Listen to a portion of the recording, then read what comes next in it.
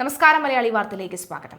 ദിവസങ്ങൾ നീണ്ടുനിന്ന രാഷ്ട്രീയ നീക്കങ്ങൾക്ക് തമിഴ്നാട്ടിൽ പരിസമാപ്തി ഉണ്ടാവുകയാണ്.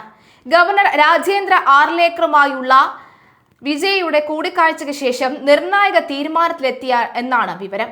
സർക്കാർ ഉണ്ടാക്കാൻ ഗവർണർ വിജയെ ക്ഷണിച്ചേക്കും. വിജയ് പിന്തുണയുമായി DMK സഖ്യകക്ഷികൾ രംഗത്തെത്തുകയും ചെയ്തു. ഗവർണർ വിജയെ ക്ഷണിക്കണമെന്ന DMK ആവശ്യപ്പെട്ടു. അതേസമയം ഗവർണർ ക്ഷണിച്ചാൽ സത്യപ്രതിജ്ഞ 2 ദിവസത്തിനകം നടന്നേക്കും.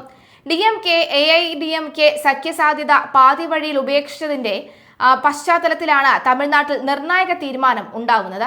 അതേസമയം മറീന ബീച്ച് പരിസരത്ത് സുരക്ഷ ശക്തമാക്കി പോലീസ്. ആളുകൾ കൂട്ടം കൂടി നിൽക്കരുതെന്ന് പോലീസ് നിർദ്ദേശം നൽകി. ജല്ലിക്കെട്ട് പ്രക്ഷോഭ മാതൃകയിൽ ജൻസി പ്രതിഷേധത്തിനുള്ള സാധ്യത മുന്നിൽ കണ്ടാണ് പോലീസ് സുരക്ഷ ശക്തമാക്കിയത്.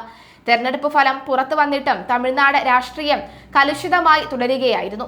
സർക്കാർ രൂപീകരിക്കാൻ അവകാശവാദം ഉന്നയിച്ച് TVK നേതാവ് വിജയ് ഇന്നലെ ഗവർണറെ കണ്ടെങ്കിലും കേവല ഭൂരിപക്ഷത്തിന് ആവശ്യമായ 118 അംഗങ്ങളുടെ പിൻബലമുണ്ടായില്ല. 112 പേർ ഒപ്പിട്ട കത്താണ് ഗവർണർക്ക് നൽകിയത്. ഭൂരിപക്ഷം തെളിയിക്കാൻ ആവശ്യമായ അംഗസംഖ്യ ഉറപ്പാക്കാൻ നിർദ്ദേശിച്ച് ഗവർണർ രാജേന്ദ്ര ആർലേക്കർ TVK തലവനെ മടക്കുകയായിരുന്നു. മുസ്ലിം ലീഗും CPIയും DMKയും ഒപ്പം നിൽക്കുമെന്ന നിലപാടിലാണ് വിജയ്. സംസ്ഥാനത്ത് അധികാരത്തിലെത്താനുള്ള ശ്രമമാണ് TVK നടത്തുന്നത്. തമിഴ്നാട് നിയമസഭാ തെരഞ്ഞെടുപ്പിൽ നടൻ വിജയിയുടെ തമിഴക വെട്രിക്കഴകം ഏറ്റവും വലിയ ഒറ്റക്കക്ഷിയായെങ്കിലും കേവല ഭൂരിപക്ഷം തെളിയിക്കാനാവാത്തത് സംസ്ഥാനത്തെ രാഷ്ട്രീയ അനിശ്ചിതത്വത്തിലാക്കിയിട്ടുണ്ട് എന്ന് വ്യക്തം. 234 അംഗ നിയമസഭയിൽ ഭൂരിപക്ഷത്തിന് വേണ്ട 118 സീറ്റുകൾ തികയാതെ വിജയുടെ പാർട്ടിക്ക് സാധിക്കാത്ത സാഹചര്യത്തിൽ ഗവർണറുടെ തീരുമാനങ്ങളാണ് നിർണായകമാകുന്നത്. ഈ രാഷ്ട്രീയ പ്രതിസന്ധിയുടെ പശ്ചാത്തലത്തിൽ ഒരു തൂക്കുസഭ ഗവർണറുടെ പങ്ക് എന്താണ് എന്ന് വിശദമായി നോക്കാം. തെരഞ്ഞെടുപ്പ് കണക്കുകളും അനിശ്ചിതത്വവും. ഇക്കഴിഞ്ഞ നിയമസഭാ തെരഞ്ഞെടുപ്പിൽ വിജയിയുടെ TVK 108 സീറ്റുകളാണ് നേടിയത്. 2 മണ്ഡലങ്ങളിൽ വിജയിച്ച വിജയ് അതിലൊന്ന് രാജിവെക്കുന്നതോടുകൂടി പാർട്ടിയുടെ അംഗബലം 107 കുറയും. ഭൂരിപക്ഷത്തിന് ആവശ്യമായ 118 എന്ന സംഖ്യയിലെത്താൻ വിജയ്ക്ക് ഇനിയും 11 അംഗങ്ങളുടെ പിന്തുണ കൂടി ആവശ്യമുണ്ട്. കോൺഗ്രസിന്റെ 5 അംഗങ്ങൾ പിന്തുണ പ്രഖ്യാപിച്ചിട്ടുണ്ടെങ്കിലും ആകെ 112 അംഗങ്ങളെ മാത്രമേ വിജയിക്ക് അപ്പോഴും ഉറപ്പാക്കാൻ കഴിയൂ. 118 MLA-മാരുടെ പിന്തുണ തെളിയിക്കുന്ന രേഖകളുമായി വരാനാണ് ഗവർണർ പറഞ്ഞിരിക്കുന്നത്. ഇതോടെ മെയ് 7 നടക്കേണ്ടിയിരുന്ന സത്യപ്രതിജ്ഞാ ചടങ്ങുകൾ അനിശ്ചിതത്വത്തിലായിട്ടുണ്ട്. ഒരു പാർട്ടിക്കും വ്യക്തമായ ഭൂരിപക്ഷം ലഭിക്കാത്ത സാഹചര്യത്തെയാണ് തൂക്കുസഭ എന്ന് വിളിക്കുന്നത്. ഇന്ത്യൻ ഭരണഘടനയുടെ ആർട്ടിക്കിൾ 164 പ്രകാരം മുഖ്യമന്ത്രിയെ നിയമിക്കുന്നത് ഗവർണറാണ്. സാധാരണഗതിയിൽ ഭൂരിപക്ഷമുള്ള പാർട്ടിയുടെ നേതാവിനെ അദ്ദേഹം ക്ഷണിക്കുന്നു.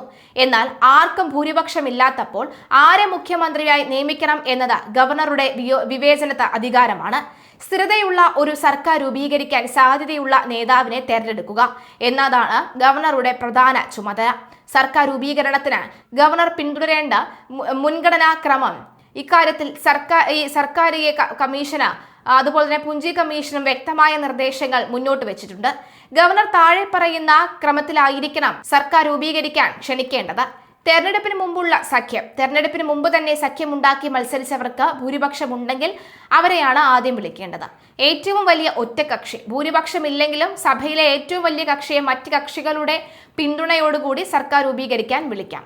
തെരഞ്ഞെടുപ്പിന് ശേഷമുള്ള സഖ്യം. തെരഞ്ഞെടുപ്പിന് ശേഷം ഭൂരിപക്ഷം തികയ്ക്കാൻ രൂപീകരിക്കുന്ന സഖ്യങ്ങൾ ഭൂരിപക്ഷം തെളിയിക്കേണ്ടത് എവിടെയാണ്? ഗവർണറുടെ വസതിയിലല്ല, മറിച്ച് സഭയുടെ തറയിലാണ് ഭൂരിപക്ഷം തെളിയിക്കേണ്ടതെന്ന് സുപ്രീം കോടതി പലതവണ വ്യക്തമാക്കിയിട്ടുണ്ട്. മുഖ്യമന്ത്രി നിയമിച്ച ശേഷം നിശ്ചിത ദിവസത്തിനുള്ളിൽ വിശ്വാസ വോട്ട് തേടാൻ ഗവർണർ ആവശ്യപ്പെടും.